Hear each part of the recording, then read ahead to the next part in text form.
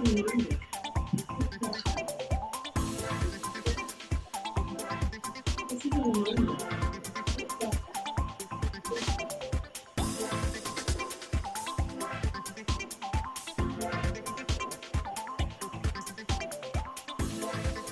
to Chopping It Up with Smiley. I'm your host, Smiley, your local PhD from Smiley's Hair Clinic in Tucker, Georgia. For those of you who are watching for the first time, in this podcast, we cut through the trends, the myths, and the noise in the hair industry. From healthy hair tips and hair loss solutions to growth, breakthroughs, and the business side of beauty, we talk about it all. Each week, I sit down with licensed professional, industry experts, and everyday people with real hair journeys to share. Together, we'll uncover stories, science, and strategies that keep our crowns strong and our businesses thriving. Today's episode is powered by She Empowerment, the all media empowerment network that's all about spotlighting your story and building bold brands. Whether you're chasing visibility, credibility, or creativity, She Empowerment is your go-to hub for media, branding, and amplifying voices that need to be heard. Just like we believe in healthy hair and thriving businesses, She Empowerment believes in elevating you, helping your brand shine bright from the inside out. So go to sheempowerment.org for more information. Today's episode is Behind the Hair Loss Epidemic, Stylists, Clients, and Culture. My panel guests are Edwina Johnson, the creator of Style Track and Brushing Up Consulting Co. from Tucker, Georgia, with over 30 years as a cosmetologist, platform artist, educator, and more. I also have Tamika Murphy of Trinity Styles in Mobile, Alabama. 25 plus years as a cosmetologist, educator, custom unit maker, mentor, and more. And then there's Mosherie Murray, owner of La Pearls Restoration Center in Conyers, Georgia, with over 25 years cosmetology experience, 9 years as a trichologist, educator, platform artist, and more. And last but not least, we have Dr. Akita Evans, Medical Director of Health E Medical Center in Tucker, Georgia, practicing medicine for over 15 years. She's a primary care doctor, certified in family medicine, and also additional training in functional medicine, which is the root cause medicine. Now grab your combs, your questions, and your curiosity because we're about to chop it up. So don't forget to like, share, and subscribe to my channel. Now, ladies, hello. Hello. Hello. Hello. All right, so we're ready to get it started here, huh? We're talking about industry evolution and generational shifts, y'all. So over the past 15 to 20 years, we've had some major changes in the beauty industry as far as stylists and the salon environment. How do each of you, or can each of you tell me how you personally see the roles change in a stylist in the salon? And Dr. Evans, as a consumer, you can tell us how you've noticed a change being a client in a salon. So let's say, Edwina, how you feel about the changes in the roles? Or what have you seen over the past 15, 20 years? I'm sorry, my mic was muted. I feel that there has been a major shift. I see that stylists are more about the money than really tending to the client and their hair care. The customer service is, and I know this from my own experience because I would like to be a client of a stylist, and I visited quite a few salons and it just blew me away. So there is a definite shift in the industry now. It's crazy. What do you think, Mika? It's a big She might be difference on in the mute. industry, especially where I'm from. We have a lot of young entrepreneurs want to skip to being a boss without doing the work. Everybody wants a title without the work. And I feel like that's the biggest Yeah. issue in my area. Nobody wants to humble themselves and start. Like when we were coming out, we were shampoo techs first. We got experience in working in the salon, seeing how it go, observing customer service. And we're missing a lot of that in the industry now. Oh, I totally agree with that. 100%. Absolutely. Mm-hmm. For me, what I see is there's definitely a lack of integrity. Nobody wants to focus on, let me make sure that I'm taking care of the client's scalp. The hair, all they want to do is go in and style the hair. Now you have everybody saying, hey, come in already shampooed. So there's not any type of hair care or scalp care going on right now in the industry, because everything is like, again, the microwave came out and it seems like they're throwing everything into the microwave. Yeah, yeah. I agree with all of y'all totally. What do you think, Dr. Evans, being a client?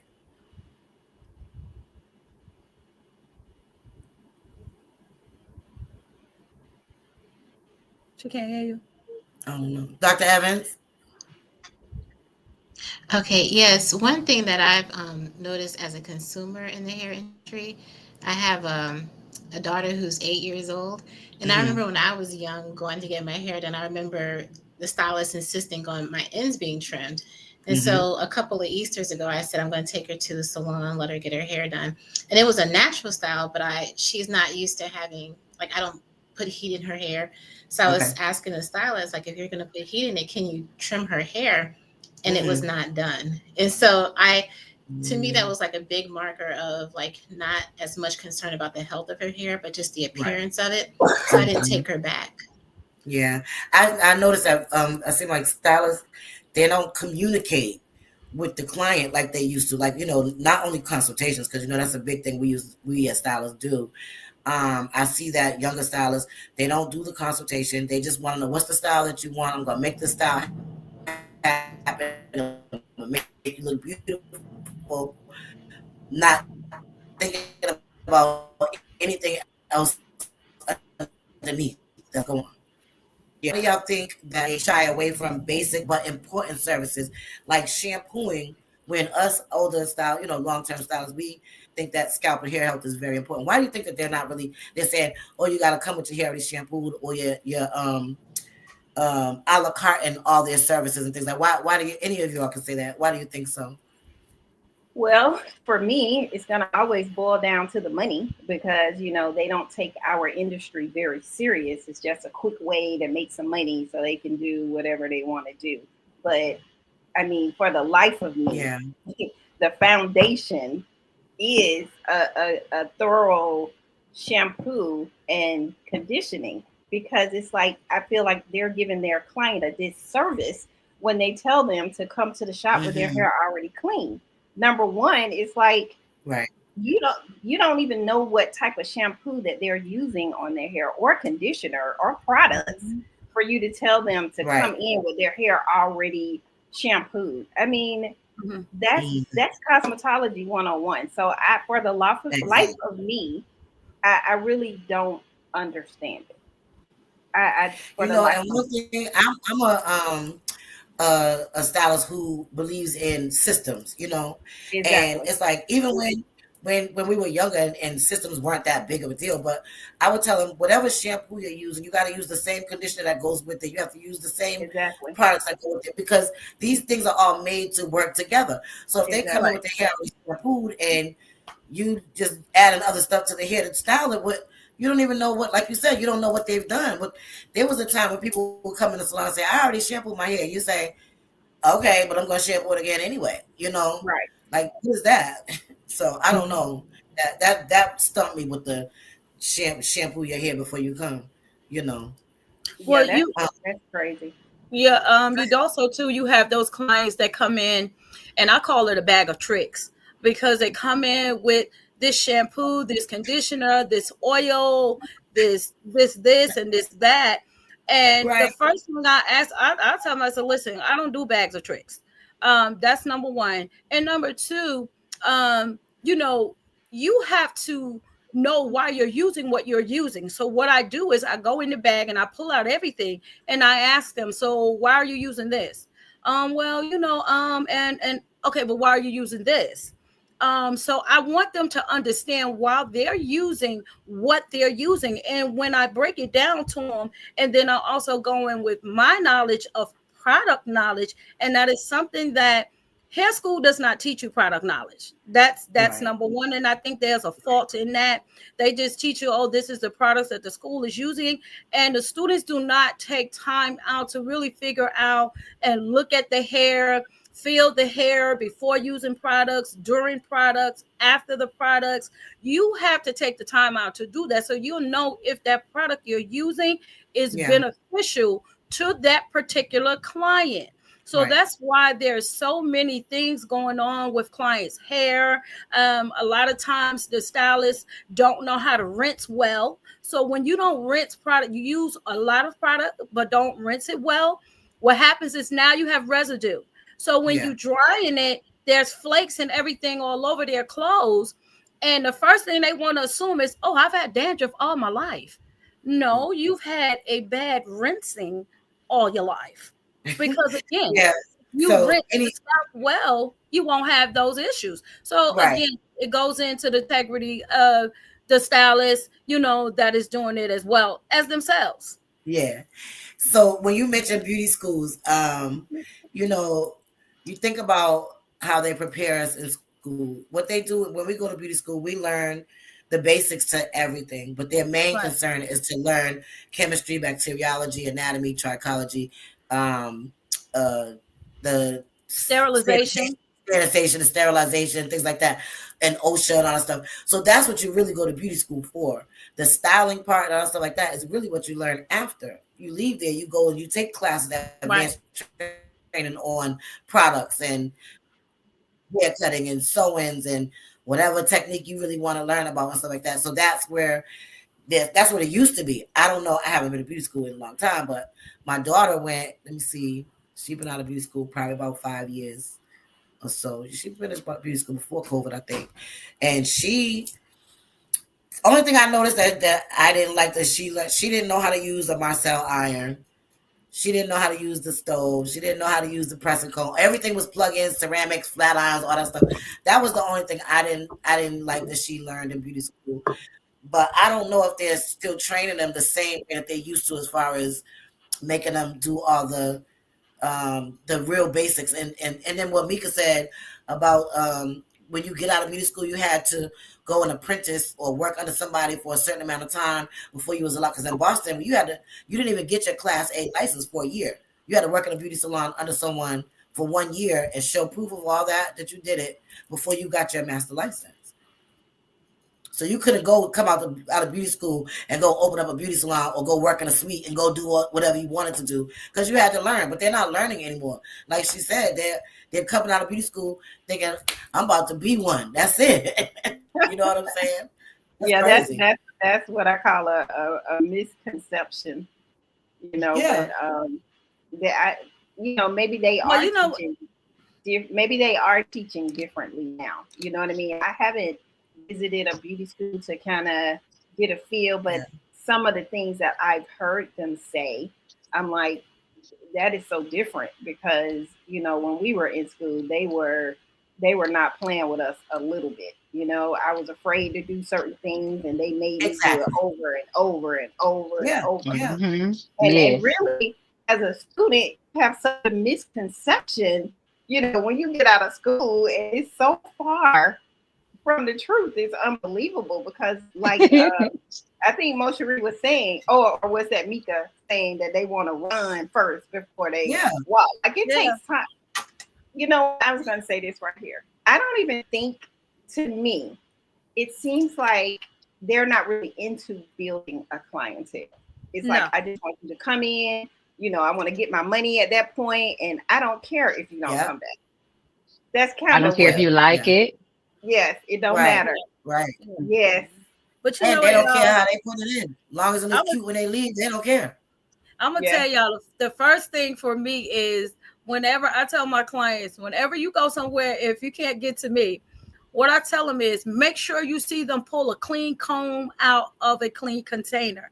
Sanitation, sterilization, that is like the ABCs and 1, 2, 3s. But how many places do you go and you see them use the same comb on everybody all day? These braid shops, they're using the same comb on everyone all day long.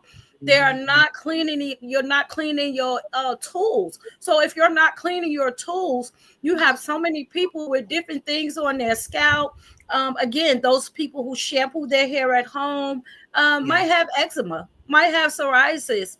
on the scalp, even wingworm on the scalp, yeast infection on the scalp. Yes. Yet and still, they're using this same comb on everyone all day. These YouTube university students who decide wait, don't go too far ahead. Don't go too far ahead. Because we well, gotta get there. again, We're gonna get there in this just is a what minute. We're gonna get there in just a minute. this is Because what the industry is turning into, because when you, like Mika said, start out under someone who has some years experience. Let me show you the basics once you get out of hair school. Let me show you how you build on a clientele. It first starts with the conversation. If your client knows you know what you're talking about, you can be a bad stylist, but if they know that you care about their hair, they're gonna want to try and give you a chance. They want to try and stay with you. So even when I go to the hair school and I teach trichology,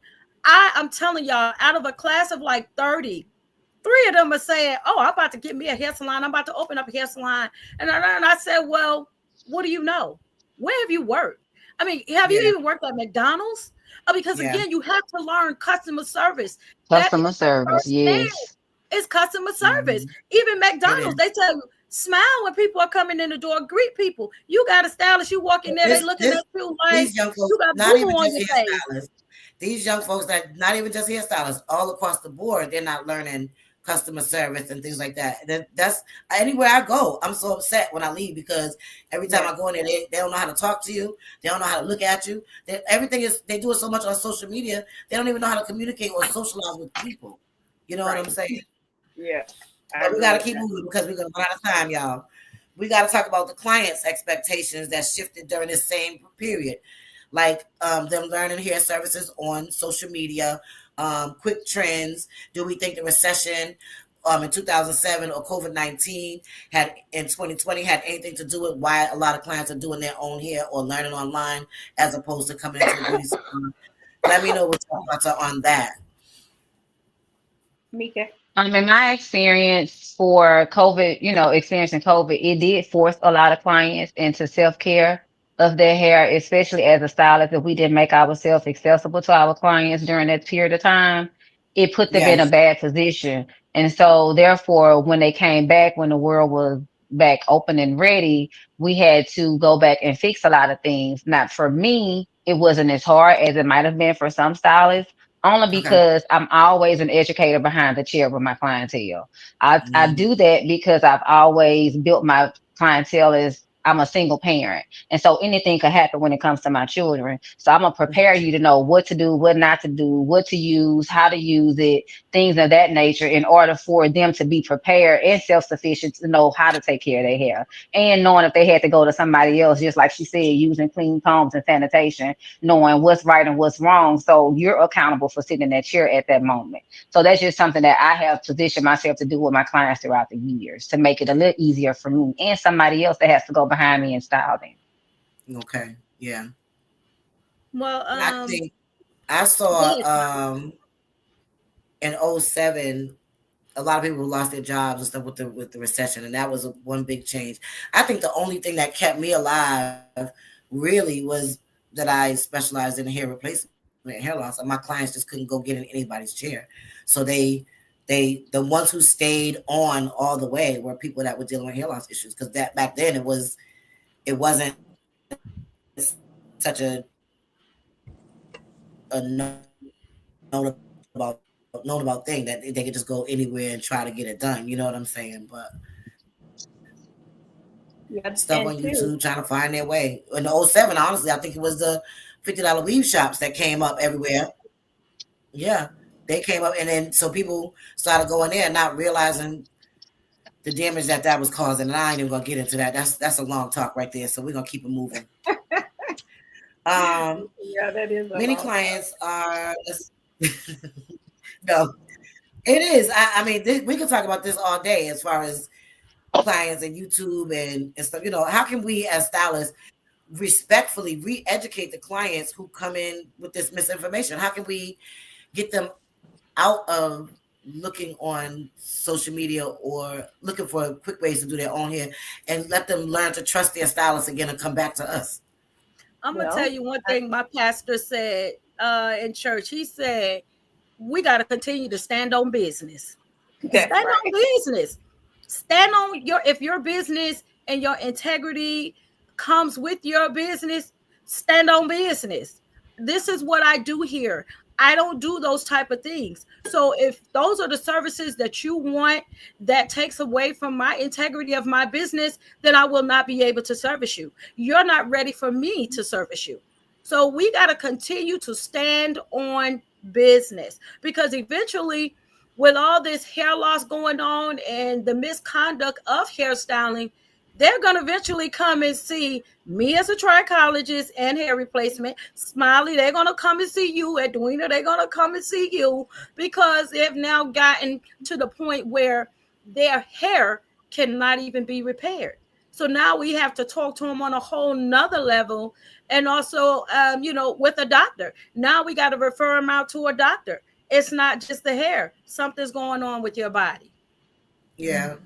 Yeah. Mika, what are some of the main causes of the increase in hair loss cases that you're seeing today? Medication, vitamin D deficiency, um, poor circulation, and improper Now hair care. Now you're talking. That's Dr. Evans right there. We had a long conversation about that. Yeah. You want to talk a little bit about it, Dr. Evans? One thing that was exciting me about the list you gave is there's something we can do about all those things. Okay. Identifying the root cause, vitamin D, we can supplement, go spend some time in the sun. Poor circulation, we can address that. Inflammation, so that's very exciting. And I think that the partnership is really key to identifying the root cause and addressing it from the root, from the inside out and from the outside in. So yeah, And partnership one thing I like referrals about always. Dr. Evans is she will try a natural way first before having to give you medication. You know what I'm saying? She really wants to know how can she help you on a healthy level, you know what I'm saying, without you just jumping into meds all the time. You know what I'm saying? Yeah, and if Yeah. meds are needed, What do you can think? we do it for a Edwina? short term? Mhm. Right, right. That's perfect. Yeah. And when you got any thoughts on it? Um, it's such a broad, it's so broad, but It is. It really it's is. so much. It's so much. You got heredity, you got the environment, you got people Yeah. smoking, secondhand smoke. It's just so much stuff. It's your diet. Some people, Yeah. you want to lose weight, and then you decide that you want to change your diet, but you're not understanding that you changing your diet does have an adverse effect on your hair, how your hair's going to act. Hormones, That's right. Yes, Yeah. hormones, Yeah. age. yes, hormones. It's just so much. Yeah, Shamika, age, Mhm. absolutely. Age has a lot to Yeah. do with that. I did a whole segment on Yeah. so many different things about hair loss, things that Yeah. contribute to hair loss. So it's not one thing. So I think Right. that Okay. So now we've talked about all of these internal reasons. How are stylists unintentionally contributing to hair loss, whether through improper chemical services, tight styles, or simply ignoring root causes? Like what? And the new thing, the putting the adhesive all over the top of the head, oh my that is God. really driving me insane. Yes. Like, Well, I think in that aspect, as the client, the consumer, they don't mhm, know. Some Right. of them There don't you even know. go. They Some don't of them don't know. even know that the person They that don't they're going know. to is not licensed, because you don't look Right. for a license when they come in. You right. just Hmm. get referred to this person. This person did a good job, and you're just gonna go to them word of mouth, but you don't know that. A lot of times they're getting the braids, which is really putting a lot of tension on their hair, and it's really You affecting know those what, too, hair though? strands. Mm-hmm. Go ahead. What you was about to say, Smiley? Oh, I thought somebody was saying something. She No, I felt didn't want to And cut you off. I'm sorry. Um, no, there's some people though that are licensed, but because they haven't taken a proper or gotten the proper education oh, on how to do hair replacement or deal with hair loss services as an advanced type of training, then right. they don't know what they. And so somebody say, "Oh yeah, I do hair replacement."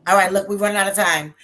Dr. Evans, I want to ask you this one question, y'all. We're gonna have to make that a part 2 next week because It's too we didn't even much. get to the hair loss and everything. We need an But hour. Dr. Evans, Yes. do you think more licensed cosmetologists and barbers should be trained to recognize medical or metabolic contributors to hair loss and learn when to refer clients to doctors and trichologists?